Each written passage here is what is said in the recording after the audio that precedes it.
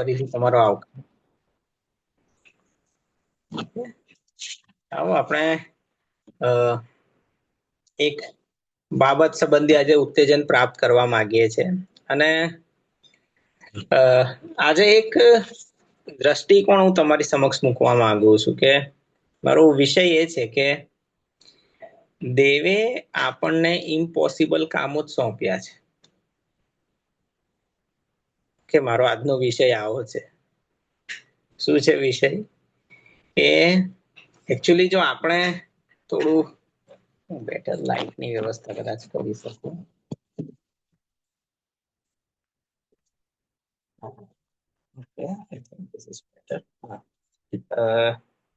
દેવે આપણને ઇમ્પોસિબલ કામો સોંપેલા છે. દેવે આપણને પોસિબલ કામો નથી સોંપ્યા. સમજો, દેવે આપણને ઇમ્પોસિબલ કામો જ સોંપ્યા હોય છે. ઘણી વાર આપણે આપણા જીવનમાં જોઈએ છે, વ્યક્તિગત જીવનમાં, પછી કોઈ વાર બીમારીના સ્વરૂપમાં, કોઈ વખત મોટું દેવું થઈ જાય છે. તમારે એક મોટા ઘરની જરૂર છે, ફાઇનાન્સિસ ઓછું પડે છે અને આપણને શું લાગે છે આપણા જીવનમાં કે આ કામ જ અશક્ય છે. આ કામ જ અશક્ય છે. પણ એમાંથી આપણે ખરેખર એક બીજો મેસેજ લેવાની જરૂર છે અને એ છે કે દેવે તમને ને મને ઇમ્પોસિબલ કામો જ સોંપેલા છે, જેને દેવ શક્ય કરશે. પણ એક સમયે તો તમારા જીવનમાં એવી પરિસ્થિતિ આવી જશે જ્યાં તમને એવું થઈ જશે, અરે ખબર નહીં શું થશે હવે. તમારે પોતાની જાતને યાદ કરાવવાની જરૂર છે. તમારે પોતાની જાતને ઉત્તેજન આપવાની જરૂર છે. દેવે તમને ઇમ્પોસિબલ કામો જ સોંપેલા છે, જે પોસિબલ થશે. ઈઝરાયલ પ્રજા લાલ સમુદ્ર આગળ આવી ગઈ, હવે ક્યાં જાય? આ તો ઇમ્પોસિબલ છે. આજ સુધી ઇતિહાસમાં એવો ચમત્કાર નહીં થયો કે દરિયાના બે ભાગ થયા હોય. ત્યારે થયા. એ લોકો ઇમ્પોસિબલની સામે ઉભા રહેલા. કે સો તમારે ને મારે પોતાની જાતને થોડી હિંમત આપવાની જરૂર છે. ઘણી બધી વખત આપણે ઘરમાં જોઈએ છે, અમુક પ્રશ્નો આવે છે, બીમારી આવી જાય છે મોટી. ડોક્ટર તમને કહેશે 100 માંથી 5 જણે નહીં બચતા આ બીમારીમાંથી. એટલે શું થશે? તમારું હૃદય કે મારું હૃદય આમ થવા માંડશે. પછી ઘણી બધી વખત એવું થશે, અરે ભાઈ આ ઘર આપણે લેવું છે, આટલા બધા આપણે લોકો છીએ, આ તો બહુ વધારે કિંમત છે, આ નહીં લેવાય. મને લાગતું નથી કે ભાઈ આ આપણા માટે ઇમ્પોસિબલ છે. કોઈક વખત કોઈકનું દેવું ચડી જાય છે, એટલું બધું 10 કરોડ 12 કરોડ અશક્ય છે. સમજો કોઈ વ્યક્તિ છે, કેન્સરમાં છે અને ચોથા સ્ટેજ પર, ત્રીજા સ્ટેજ પર એને ખબર પડે છે કે યાર હું તો કેન્સરમાં છું ને હવે મહિનો જ બાકી રહ્યો છે.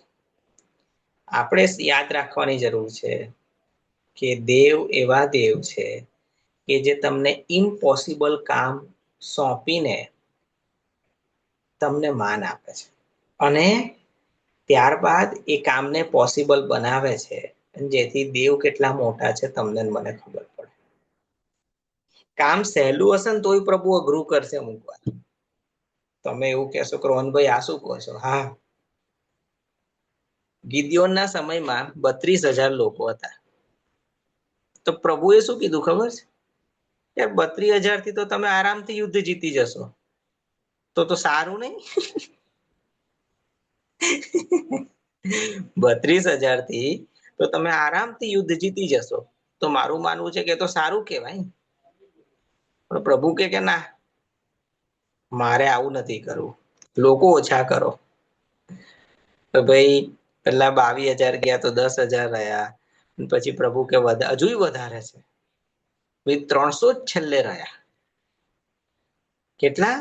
300 જ લોકો રહ્યા. અને તમે જોજો સામે વાળા જે લોકો હતા ને, સામેની પાર્ટી, ત્યાં એ લોકો માટે કેટલી સંખ્યા નહીં લખી, પણ એવું લખ્યું છે કે તીડની જેમ એ લોકો પથરાયેલા હતા મેદાનમાં.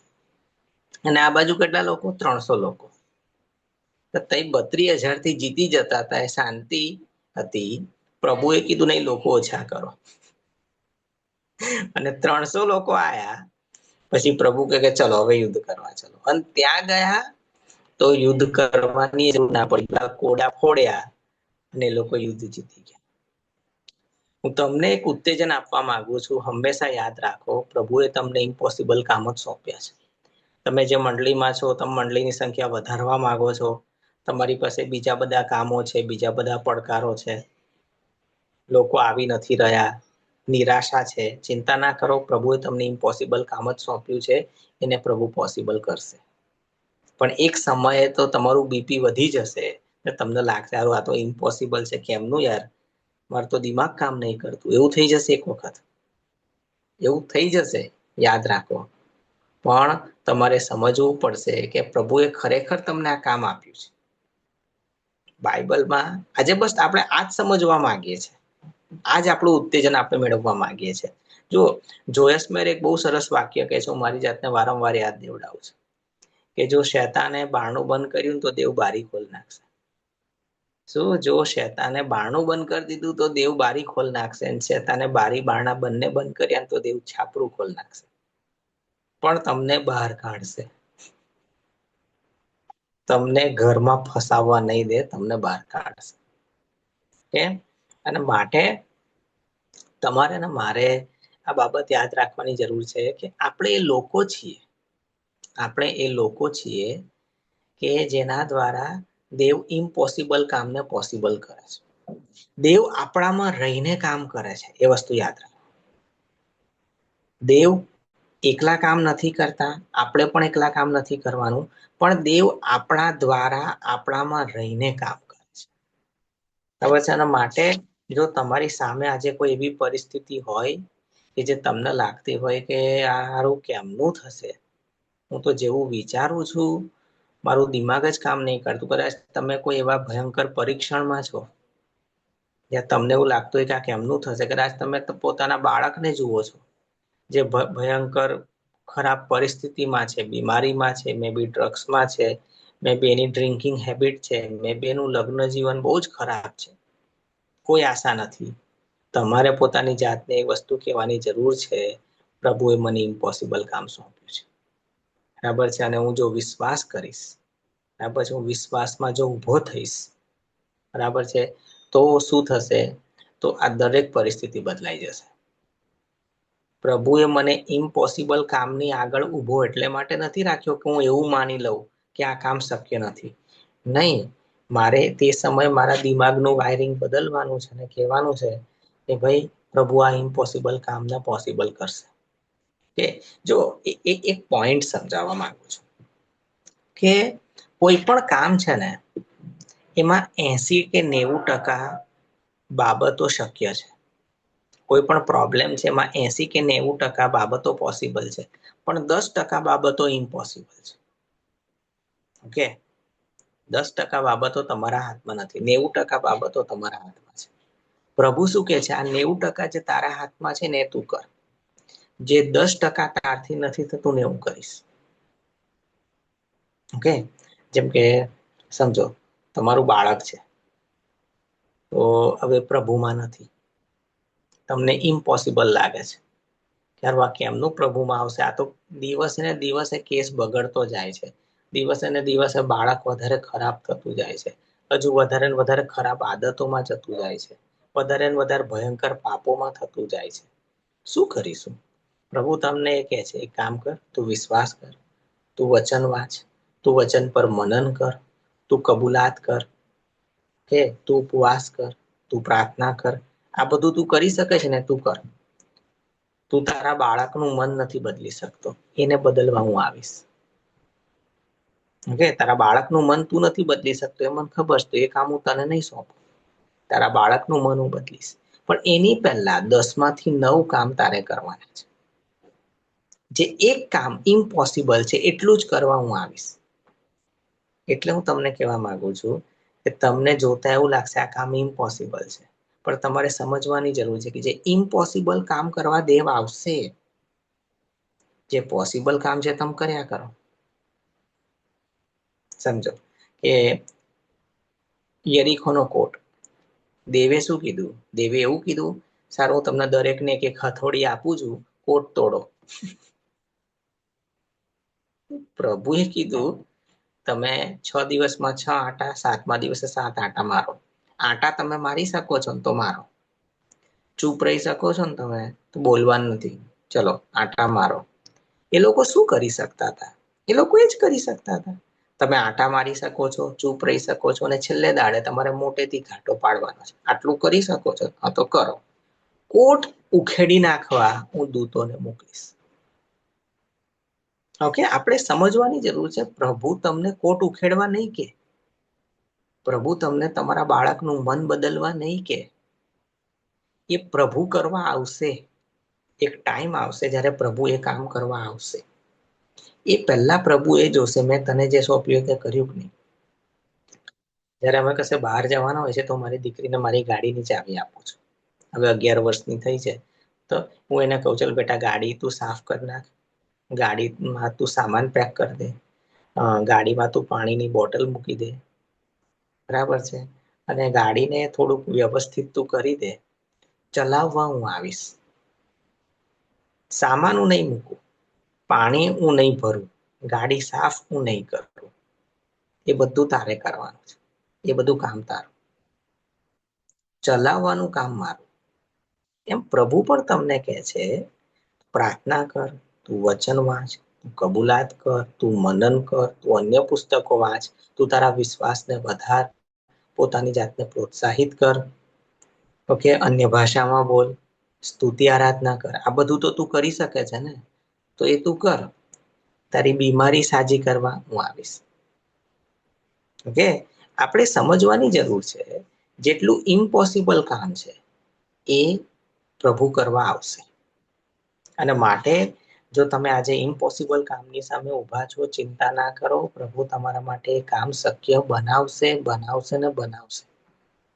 જો જ્યારે પણ કોઈ વસ્તુ ઇમ્પોસિબલ હોય છે ને તો દેવ પોતે જ પોસિબિલિટી બનીને ત્યાં આવે છે.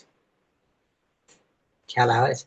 જ્યારે કોઈ કામ ઇમ્પોસિબલ હોય છે તો હવે પ્રભુ પોતે જ પોસિબિલિટી બનીને કામમાં આવે છે. અને પ્રભુ મીન્સ પોસિબિલિટી. ખ્યાલ આવે છે? God means possibility. God means possible. તમે છો ઇમ્પોસિબલ, હું છું ઇમ્પોસિબલ, આપણી પરિસ્થિતિ છે ઇમ્પોસિબલ. જેવા દેવ ઘુસ્યા પોસિબલ. તો કોઈ પણ કામ ઇમ્પોસિબલ છે, બિલકુલ ઇમ્પોસિબલ છે. પણ જેવા દેવ અંદર ઉતર્યા ઓટોમેટિક એ કામ પોસિબલ થઈ ગયું.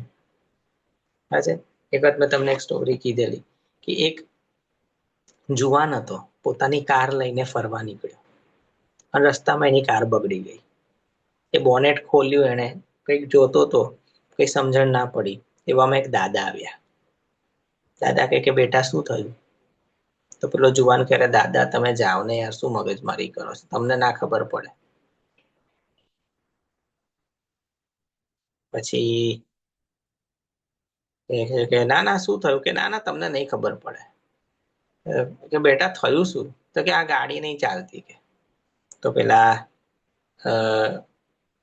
દાદાએ શું કર્યું કે ભાઈ થોડુંક બોનેટ ખોલ્યું. બોનેટ તો ખુલ્લું જ હતું. કંઈક અંદર આમ કર્યું અને પછી કીધું કે જાઓ ફરી સ્ટાર્ટ કરી જુઓ. અને અચાનક ગાડી સ્ટાર્ટ થઈ ગઈ. અચાનક ગાડી સ્ટાર્ટ થઈ ગઈ. જુવાન ઇમ્પ્રેસ થઈ ગયો, અરે વાહ દાદા તમે શું કર્યું? તો કે બેટા આ ગાડી છે ને, જેણે આ ગાડીનું એન્જિન છે ને મેં બનાવ્યું છે. આ ગાડીના એન્જિનનો એન્જિનિયર હું છું. તો મિકેનિકને ખબર પડે ના પડે, ડ્રાઈવરને ખબર પડે ના પડે, એન્જિનિયરને ખબર પડે ક્યાં પ્રોબ્લેમ છે. અને એન્જિનિયર કોઈ પણ એન્જિન સરખું કરી શકે. એ રીતે હું તમને કહેવા માંગુ છું, તમે ગમે તે પરિસ્થિતિમાં હો, તમારા પ્રોબ્લેમનો એન્જિનિયર દેવ પોતે છે. કોઈ બીજાને સમજણ પડે ના પડે, કોઈ બીજાને ખ્યાલ આવે ના આવે, દેવને ખ્યાલ આવે છે. દેવને ખબર છે ક્યાં કયું પેચ્યું હું મારીશ, ક્યાં કયો હથોડો હું મારીશ, ક્યાં હું થોડુંક કોઈકને દબાવીશ, આ પ્રોબ્લેમ સોલ્વ થઈ જશે. આપણે પોતાની જાતને ઉત્સાહિત રાખવાની જરૂર છે. સમજો, શૈતાન આપણને નિરાશ કરવા માંગે છે. કેમ? કારણ કે નિરાશ વ્યક્તિ વિશ્વાસ નથી રાખી શકતો. નિરાશ વ્યક્તિ વિશ્વાસ નથી કરી શકતો, થાકેલો વ્યક્તિ વિશ્વાસ નથી કરી શકતો. એટલે શૈતાન જે છે આપણને નિરાશ કરવા માંગે છે, અને એનું એ કારણ એ છે કે નિરાશ વ્યક્તિનો દેવ ઉપયોગ નથી કરતા વધારે. જો તમે નિરાશ રહો છો, એવું તમારો વધારે ઉપયોગ નહીં કરી શકે. માટે તમારે એને માટે પોતાની ઉત્સાહ આપવાની જરૂર છે. ચિંતા ના કરો, તમે આજે ઇમ્પોસિબલ કામની સામે ઉભા છો, પ્રભુ પોતે પોસિબિલિટી બનીને એ કામમાં આવી જશે અને કામને પોસિબલ બનાવશે. એટલે મેં તમને કીધું કે બાઇબલમાં આપણને જે એક્ઝામ્પલ જોવા મળે છે, બધા એક્ઝામ્પલ જ આવા છે. એક મિનિટ.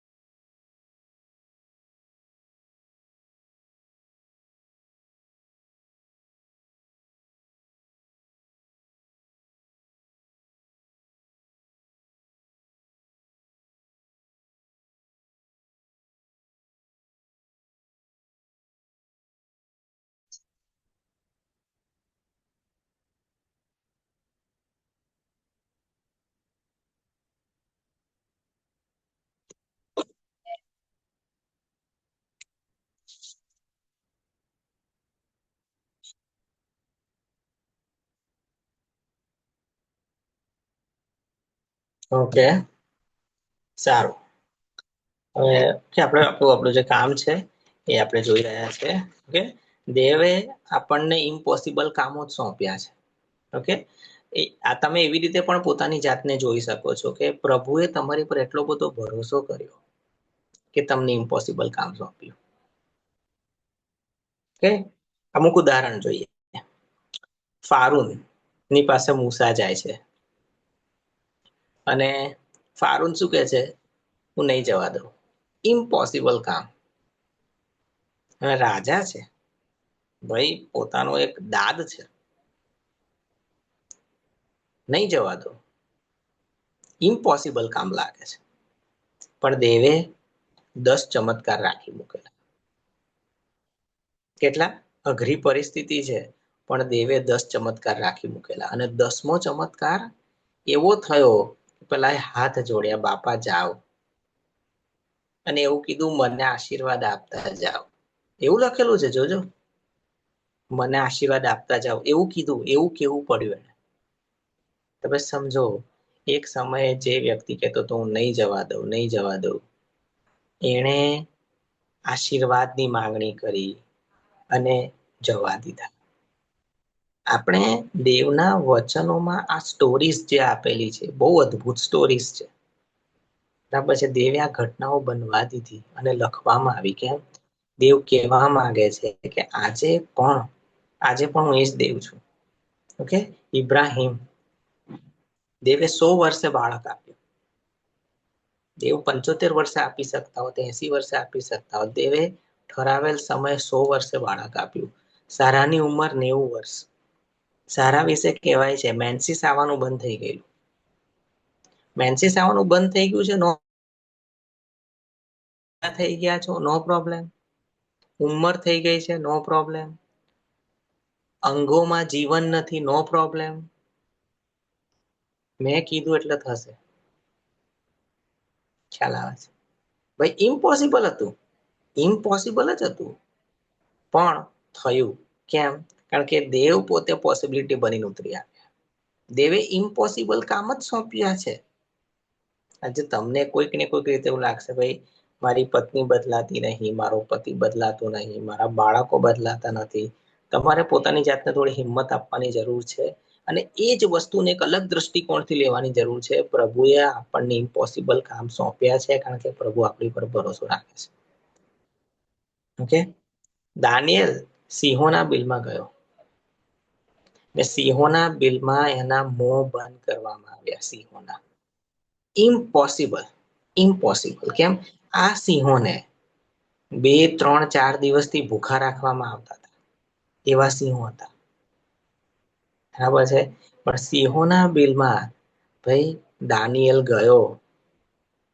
રાજાને આખી રાત ઊંઘ ના આવી એવું લખેલું છે, પણ દાનિયેલને ઊંઘ આવી ગઈ હશે. દાનિયેલ ઊંઘી ગયો. ખ્યાલ આવે છે? રાજાને આખી રાત ઊંઘ ના આવી. દાનિયેલે સિંહોના બિલમાં જવું પડ્યું. મારો આટલો કામનો માણસ, એટલો બધો પ્રેમ હતો રાજાને દાનિયેલ પ્રત્યે. બરાબર છે. રાજાને આખી રાત ઊંઘ ના આવી, પણ દાનિયેલને આવી ગઈ સિંહોના બિલમાં. જાણે અને શું થયું? સવારે જાય છે તો સામેથી જવાબ આપે છે દાનિયેલ. સમજો, દેવે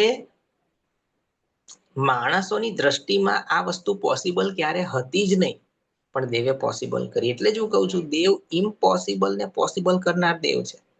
એટલે જ દેવ આપણને આ કામો સોંપે છે, કારણ કે દેવને મહિમા મળે. તમારે ને મારે બહુ અદ્ભુત રીતે હિંમત પકડવાની જરૂર છે. દાઉદ બરાબર છે, રાજા બનવાનો હતો, ઉંચકાઈ રહેલો જબરજસ્ત યોદ્ધા. શાઉલ ગભરાઈ ગયો, ભયંકર ગભરાઈ ગયો. 13 થી 14 વખત એણે દાઉદને મારવાની કોશિશ કરી. ઇમ્પોસિબલ છે કે માણસ 13 થી 14 વખત કોશિશ કરો તોય બચી જાય. 1 વખત, 2 વખત, 3 વખત, 4 વખત નહીં સાહેબ, 13 થી 14 વખત પ્લાન કર્યા. અહીંયા જાય તો ત્યાં પકડવા મોકલે, કોઈને કે આને માર નાખજો, આમ તેમ બધું ચાલતું ગયું, ચાલતું ગયું, ચાલતું ગયું. એની પાસે, શાઉલ પાસે આખા દેશની આર્મી છે, આખા દેશનો નકશો છે, આખા દેશમાં એના માણસો છે, એના જાસૂસો છે, પોતે રાજા છે, અને ચપ્પો ચપ્પો એના અધિકારમાં છે. તેમ છતાં સાહેબ દાઉદ પકડાતો નથી. તમે કલ્પના કરી શકો છો? તેમ છતાં દાઉદ પકડાતો નથી. જો શાઉલ ને ખબર પડે છે કે દાઉદ અહીંયા છે, તો દાઉદ ને ખબર પડી જાય છે, દાઉદ ભાગી જાય છે પાછો. ઉલટો શાઉલ તો દાઉદ નહીં પકડી શકતો, પણ દાઉદ શાઉલને પકડી પાડે છે. 2, 3 વખત એ તો મારી શકતો તો, પણ ના માર્યો. સમજો, એ પોસિબલ છે. આવું 13, 14 વખત એક રાજા છે, ગવર્મેન્ટ છે, એક માણસને પકડવા માંગે છે, અને એક માણસ પકડાતો નથી. અને ઇઝરાયલ કઈ બહુ મોટો દેશ નથી. ઇઝરાયલ કઈ આવું રશિયા જેવો દેશ નથી, નાનો જ દેશ છે. 200, 300 કિલોમીટરનો એનો રેન્જ હશે, 300, 400 કિલોમીટર રેન્જ હશે, વધારે નથી. એક દિવસમાં તમે આ છેડેથી પેલા છેડે જઈ શકો કદાચ, એટલો દેશ છે. અઘરું નથી, પણ નથી મળતો. દેવ એને બચાવવા ચાહતા હતા. એને પોતાને એવું લાગતું હતું કે હવે હું કોઈને કોઈ દિવસે તો મરી જ જઈશ. સમજો, દાઉદને પોતાને એવું લાગે છે કે હવે હારું કોઈને કોઈ દાડે તો હું મરી જઈશ, પણ નથી મરતો. એ ઇમ્પોસિબલ છે કે રાજા કોઈને પકડવા ચાહે ને ના પકડાય, પણ ના પકડાય. એક વસ્તુ યાદ રાખો કે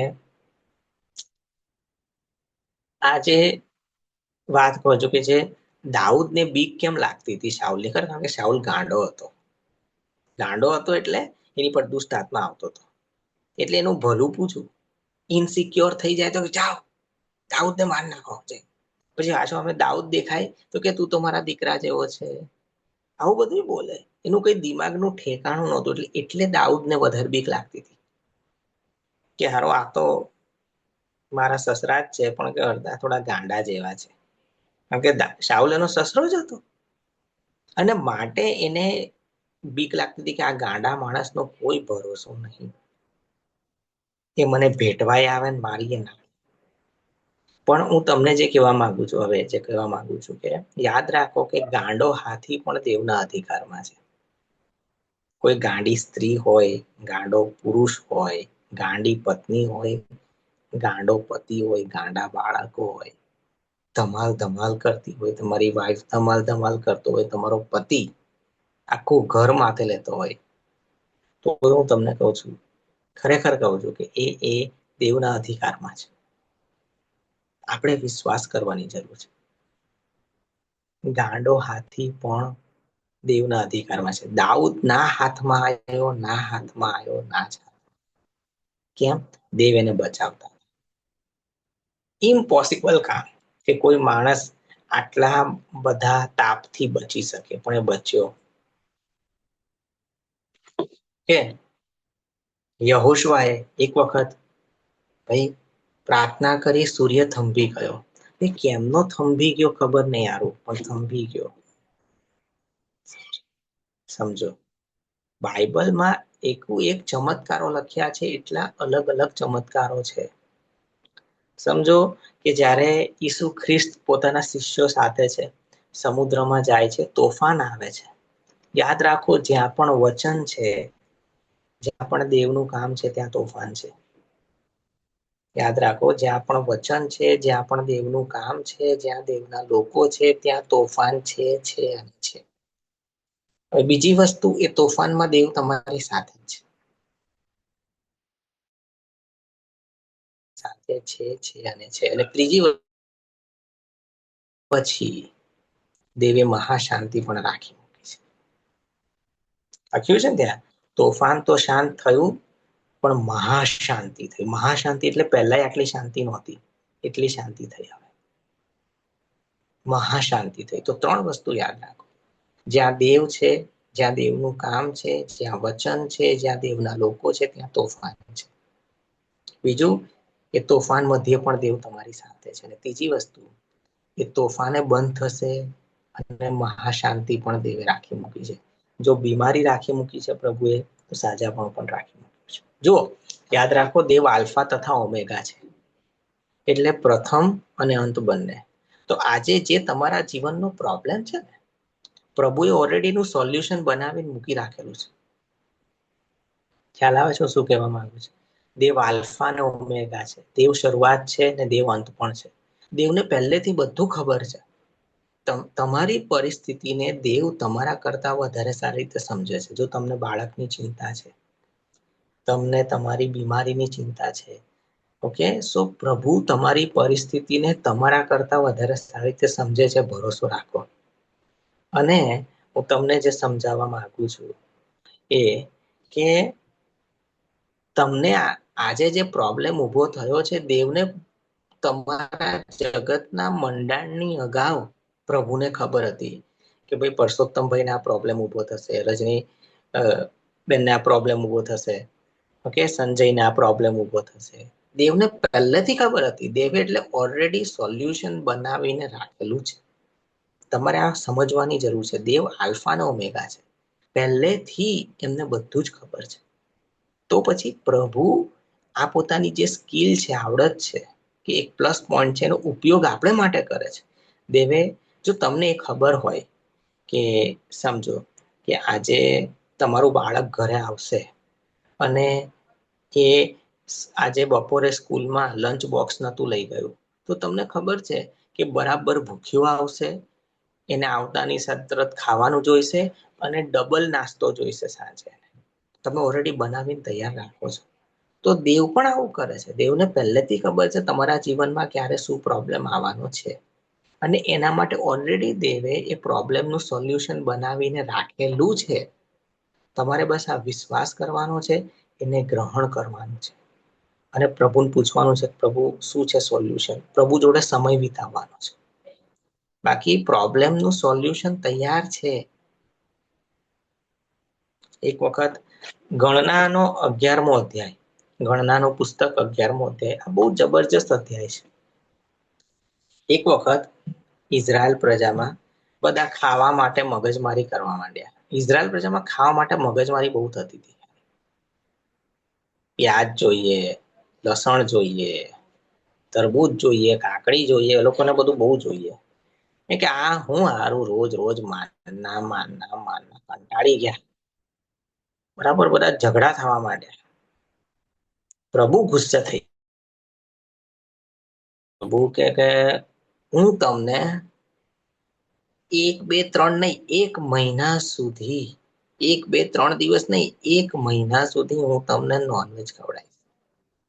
હવે પ્રભુ ગુસ્સામાં છે. હું વિચાર કરું છું, પ્રભુ ગુસ્સામાં છે અને 1 મહિના માટે નોનવેજ ખવડાવવાની વાત કરે છે. તો પ્રભુ ખુશ હોય તો શું ના કરે. આ તો પ્રભુ ગુસ્સામાં. ગુસ્સામાં 1 મહિનો નોનવેજ ખવડાવવાની સાહેબ વાત કરે છે. તો વિચાર કરો, જો પ્રભુ તમારાથી પ્રસન્ન છે તો શું શું નહીં કરે. બરાબર છે. પ્રભુ મૂસાને કહે છે આ લોકોને હું 1 મહિના સુધી નોનવેજ ખવડાવીશ. તો મૂસા ટેન્શનમાં આવી જાય છે. વાંચજો તમે. મૂસા પ્રભુને કહે છે, પ્રભુ તમે યાર શું વાતો કરો છો? 6 લાખ લોકો છે અમે. કેટલા? 6 લાખ લોકો, અને આ અરણ્ય છે. હવે તમે જાણો છો આ લોકો કેવું ખાય છે. આ કઈ પેલા 100 ગ્રામ ને 200 ગ્રામ ખાનારા લોકો નહીં. એક એક માણસ 500-500 ગ્રામ ખાઈ જાય એવા છે. તો 6 લાખ લોકો છે. અને 6 લાખ લોકો જો 500 ગ્રામ ખાતા હોય તો એ 3 લાખ કિલો મટન જોઈએ. કઈથી લાવવાના? ને આ લોકો તો પાછા પોતાના ઘેટા બકરા તમને કાપવા નહી દે. આ લોકો કઈ પોતાના ઘેટા બકરા થોડા કાપવાના પોતે જ ખાવા માટે. મૂસા ટેન્શનમાં આવી જાય છે. એટલે તમે વાંચજો, એ અધ્યાય એટલો બધો સરસ છે. હું એ અધ્યાય વાંચીને આશીર્વાદિત થયો કે મૂસા પોતે એક સમય વિચારતો થઈ જાય છે કે કેમનું પ્રભુ, તમે તો મોટી મોટી વાતો કરી નાખો છો. હવે તમે તો દેખાતા નહીં, દેખાવ તો હું છું. કારણ કે તમે તો આત્મા છો, તમે તો દેખાતા નથી. તમે પ્રોમિસ આલ દીધું.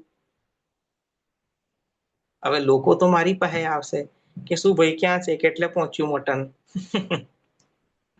ખ્યાલ? પ્રભુ કે પ્રભુ મૂસા જોડે વાત કરે છે. પ્રભુ એટલે મૂસા કે છે કે સોરી, પ્રભુ કે છે મૂસા શું મને કઈ અશક્ય છે? મૂસાએ માથું ખંજવાળે છે. અને શું થાય છે? બહુ અદ્ભુત અધ્યાય છે કે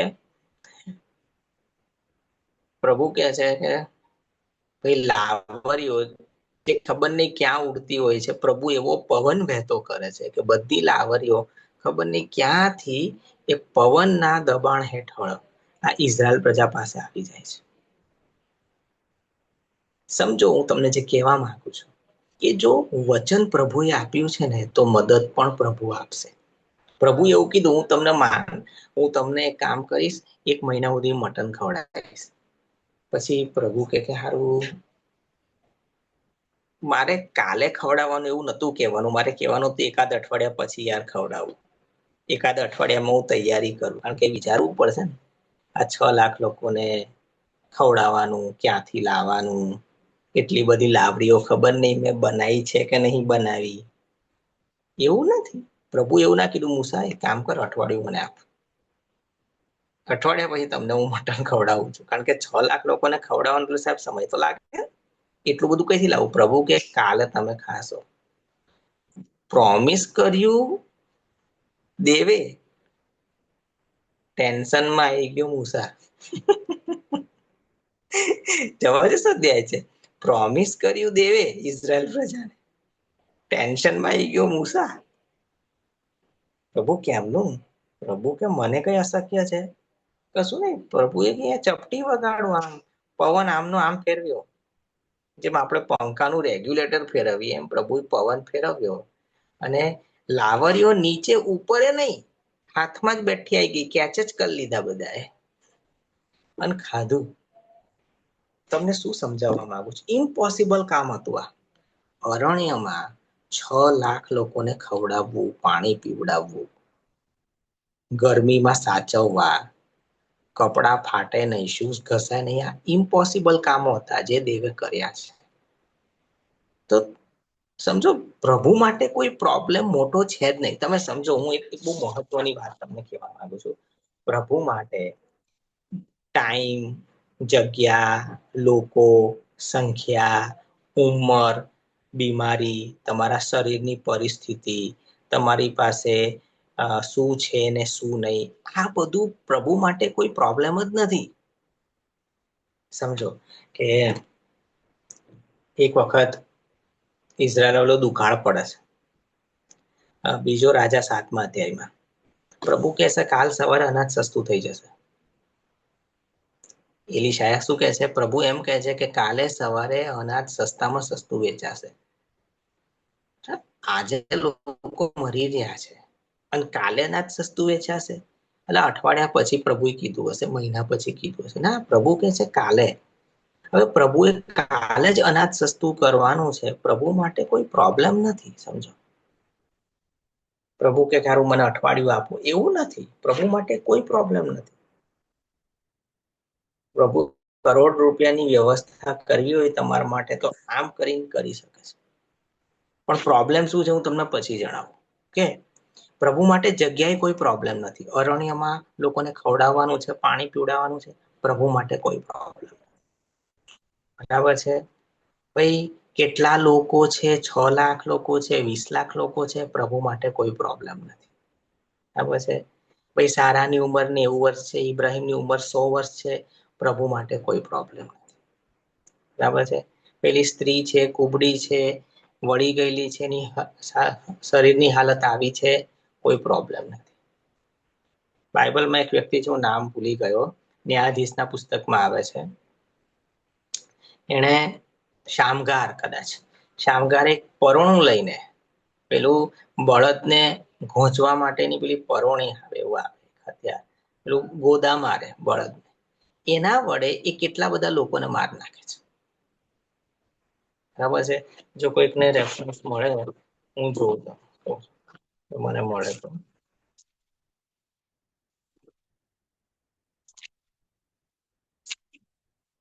કોઈકને રેફરન્સ મળે તો તમે મને કહેજો. મેલ પછી પછી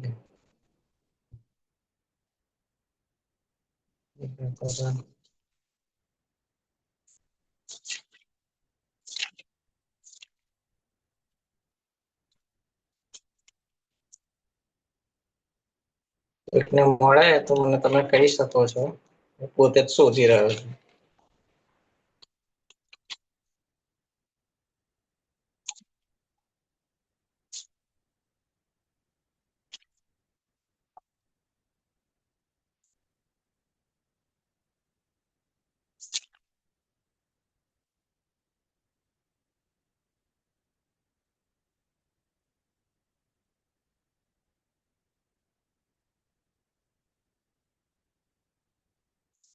મને સોરી, હમણાં મળી નથી રહ્યો રેફરન્સ એક્ઝેક્ટ, પણ એક વ્યક્તિ આવે છે. હવે એ વાત, એ આખી સ્ટોરીનો જે પોઈન્ટ છે, એ પોઈન્ટ હું તમારી સાથે શેર કરું છું કે આ સ્ટોરીમાં પોઈન્ટ શું છે. આ સ્ટોરીમાં પોઈન્ટ એ છે કે જે બળદ હોય એને પેલી લાકડી હોય, લાકડીની આગળ પેલું ખીલી જેવું હોય, એ ઘોંચે એટલે બળદ પેલું ચાલે. હવે એના દ્વારા એ કેટલા બધા લોકોને મારી નાખે છે.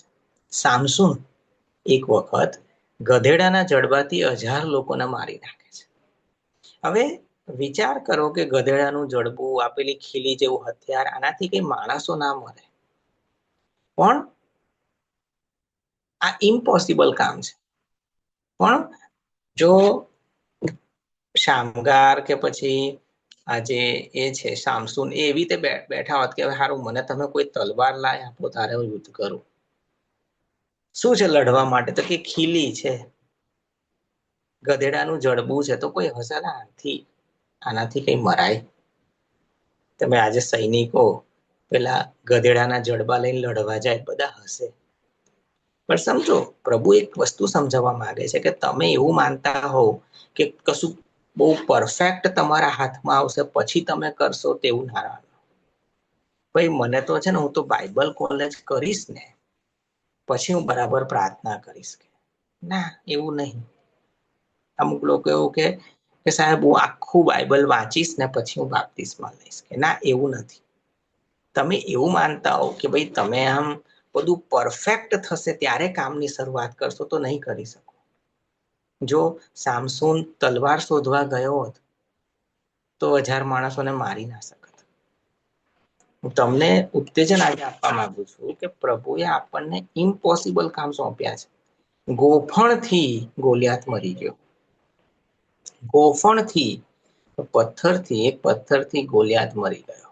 આવું વિચાર્યું નહીં હોય. બરાબર છે. પ્રભુ આપણને સરપ્રાઈઝ કરે છે. વિચાર કરો કે એક વ્યક્તિ છે જેની પાસે ઢાલ છે, આવો 9-10 ફૂટનો છે, એની સામે એક નાનું છોકરું આવે છે અને એને માર નાખે છે. કેટલું મોટું અપમાન અને કેટલો મોટો દેવનો વિજય. બરાબર છે. ઇમ્પોસિબલ હતું, ઇમ્પોસિબલ હતું, બરાબર છે, પણ થઈ ગયું. એસ્તરના સમયમાં આપણે જોઈએ છે બહુ મોટો વિજય એમને મળે છે. દેવનો અદ્રશ્ય હાથ હંમેશા ત્યાં રહે છે. દેવનો અદ્રશ્ય હાથ હંમેશા એ પુસ્તકમાં દરેક કામમાં છે. કે સો જસ્ટ હું આજે અહીંયા હવે પૂરું કરવા જઈ રહ્યો છું. હું તમને આજે એક જ બાબત કેન્દ્ર સ્થાને રાખી રહ્યો છું કે તમારા જીવનમાં શું પરિસ્થિતિ છે હું નથી જાણતો, પણ કોઈ ચેલેન્જિંગ પરિસ્થિતિ તમારા જીવનમાં હશે, બરાબર છે. તમે એવું વિચાર્યા કરો કે આ કેમનું થશે, આ તો શક્ય નથી. એ બધાની ઉપરવટ તમારે એવું વિચારવાની જરૂર છે કે દેવે ખાસ મને આ ઇમ્પોસિબલ કામ સોંપ્યું છે. અને છેલ્લે એક બાબતનો જવાબ તમને હું કીધું કે હું તમને પછી આપીશ. મેં કીધું દેવ માટે સમય પ્રોબ્લેમ નથી, જગ્યા પ્રોબ્લેમ નથી, લોકો પ્રોબ્લેમ નથી, સંખ્યા પ્રોબ્લેમ નથી. કોઈ વ્યક્તિ કેટલા સમયથી ખરાબ છે એ પ્રોબ્લેમ નથી. કોઈનું કેન્સર ચોથા સ્ટેજમાં પકડાયું, હવે એક જ અઠવાડિયામાં અરે એક જ મહિનામાં મરી જવાનો છે. પ્રભુ એવું કહેશે અલા પહેલા સ્ટેજે મને કીધું હોત તો તને હાજો કરત. હવે છેલ્લા સ્ટેજે તું કે છે તને કઈથી હાજો કરવું, એવું પ્રભુ નહીં કે. પ્રભુ માટે છેલ્લા સ્ટેજ પર પણ એને સાજું કરવું એટલું જ શક્ય છે. કોઈકને 10 લાખનું દેવું હોય, પ્રભુ કેલા તારું 10 લાખનું દેવું તો હું ચમત્કારથી મટાડી દઈશ, અરે તારું ચૂકવી આપીશ, પણ 10 કરોડનું દેવું તો મારથી કઈ ના થાય ભાઈ. હવે એવું નથી, 10 અબજનું દેવું હોય તોય પ્રભુ એટલા જ કાર્યક્ષમ છે. તો પ્રભુને નડે છે શું? પછી પ્રભુને નડે છે તમારી અંદર રહેલો અવિશ્વાસ. આ સમજવું પડશે. પ્રોબ્લેમ પ્રભુમાં નથી. પ્રોબ્લેમ મેં તમને કીધું આજે પ્રભુ હમણાં 10 કરોડની વ્યવસ્થા કરી શકે છે, પણ મારા વિશ્વાસ અનુસાર જ મને મળશે. ચલો, મને આજે 1 કરોડ રૂપિયાની જરૂર છે, માનો, બરાબર છે. આજે 12 વાગ્યા સુધી, બરાબર, અડધા કલાકમાં મને 1 કરોડ રૂપિયાની જરૂર છે. હું વિશ્વાસ કરું છું કે પ્રભુ 1 કરોડની વ્યવસ્થા કરી શકે છે, પણ મને ખાતરી 10,000ની જ છે કે અડધા કલાકમાં તો 10,000 જ મળશે. તો પછી મારો વિશ્વાસ 10,000નો જ છે, બાકી બધો અવિશ્વાસ જ છે. તમારે મારે સમજવાની જરૂર છે આપણા પ્રોબ્લેમ ક્યારે સોલ્વ થશે, જ્યારે આપણે વિશ્વાસમાં આવી જઈશું, જ્યારે આપણી અંદરનો અવિશ્વાસ જતો રહેશે, બરાબર છે. પ્રભુએ આપણને ઇમ્પોસિબલ કામ સોંપ્યું છે. એ પોસિબલ ત્યારે થશે જ્યારે તમે તમારા વિશ્વાસ પર મહેનત કરશો, તમે પ્રાર્થના કરશો, ઉપવાસ કરશો, અવિશ્વાસને ભગાડશો, વચન પર મનન કરશો, પ્રભુ તરફથી સાંભળશો, પ્રભુની હાજરીમાં બેસશો. શું થશે? ઇમ્પોસિબલ કામ પોસિબલ બની જશે, બરાબર છે. તમે આજે ઇમ્પોસિબલ કામની સામે ઉભા છો, ચિંતા ના કરો. મેં તમને કીધું પ્રભુ પોતે ઉતરી આવશે ને તમારા માટે કામ શક્ય બનાવશે. બસ પ્રભુ શું ચાહે છે એ તમે શોધતા રહો. પ્રભુ શું કરવા ચાહે છે એને તમે શોધતા રહો. ઓકે, આશા રાખું છું આ બાબત તમને કોઈક ને કોઈક રીતે મદદ કરશે. ઓકે, આવો પ્રાર્થના કરીએ. પ્રભુ, તમારી હજુરમાં આવીએ છીએ, આભાર માનીએ છીએ કે તમે અમને ઇમ્પોસિબલ કામ જ સોંપ્યું છે અને તમે પોતે એને પોસિબલ કરવાના છો, કારણ કે તમે ઇમ્પોસિબલને પોસિબલ કરનાર જ પરમેશ્વર છો. એના માટે પ્રભુ આજે જો કોઈકની સામે કોઈ અઘરી પરિસ્થિતિ છે, પ્રભુ તમે એને વિશ્વાસ આપો, કૃપા આપો, અને પ્રભુ આ ઉત્તેજન એના હૃદયમાં ઉતરવા દો. પ્રભુ આજનું ઉત્તેજન એને હેલ્પ કરે. પ્રભુ એ વિશ્વાસ કરે કે તમે એક મોટો ચમત્કાર કરવા જઈ રહ્યા છો. પ્રભુ, જેમ સમવેલના પુસ્તકમાં લખવામાં આવ્યું છે કે હું કંઈક એવું કામ કરવા જનાર છું કે જે કોઈ સાંભળશે એના કાન ઝણઝણશે. સો પ્રભુ, એવું જ પ્રભુ લોકોના જીવનમાં થાય અને લોકો તમારા એક ચમત્કારિક પરાક્રમ પર ભરોસો રાખનાર બને, એવું થવા દેજો. લોકો જો અવિશ્વાસમાં સ્ટ્રગલ કરતા હોય તો એમને બહાર નીકળવા મદદ કરજો. અમે સગડા તમારા હાથમાં સોંપાઈએ છીએ. પ્રભુ ઈસુ તમારા નામમાં માંગીએ છીએ, આમેન.